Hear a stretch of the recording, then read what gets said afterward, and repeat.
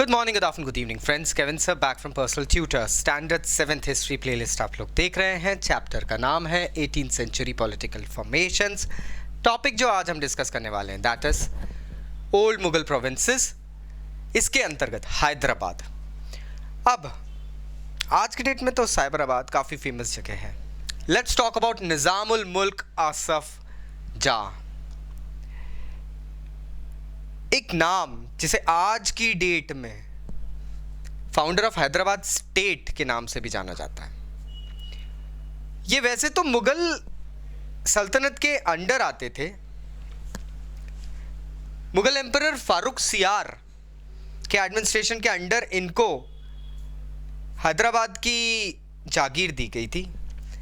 He was made the governor.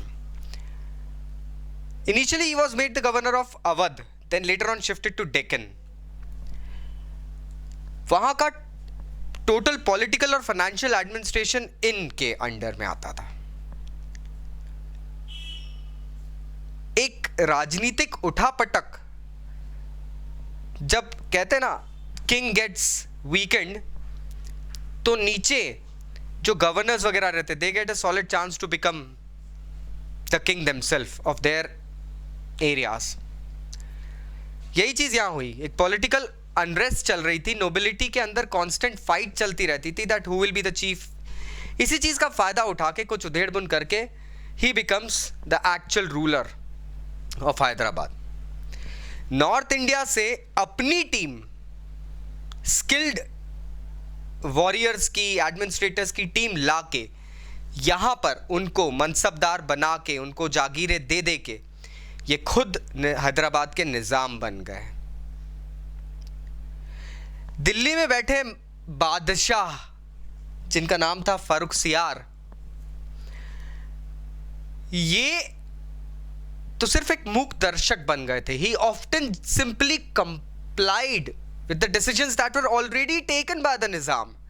होता यह था, दिल्ली में बादशाह को कुछ इंफॉर्मेशन भेज रहे हैं कि हम ये कार्य कर रहे हैं, निज़ाम वो कार्य कर चुका रहता था।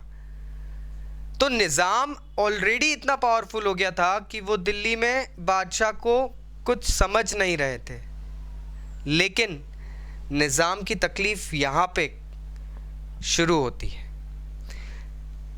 जब मुगल एम्पायर कमज़ोर होने लगा तो कुछ स्टेट्स राइज होने लगे थे। निज़ाम की इन स्टेट से कांस्टेंट टर्मोइल बनी रहती थी। For example the Marathas.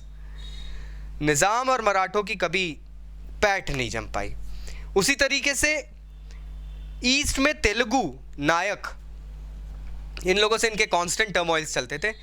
और लेटर ऑन जब Coromandel coast, textile producing, the richest textile producing coast Coromandel coast कहा जाता है, उस एरिया पे जब निज़ाम ने अपनी ग्रास बढ़ाने की कोशिश करी, so they had to face the British finally.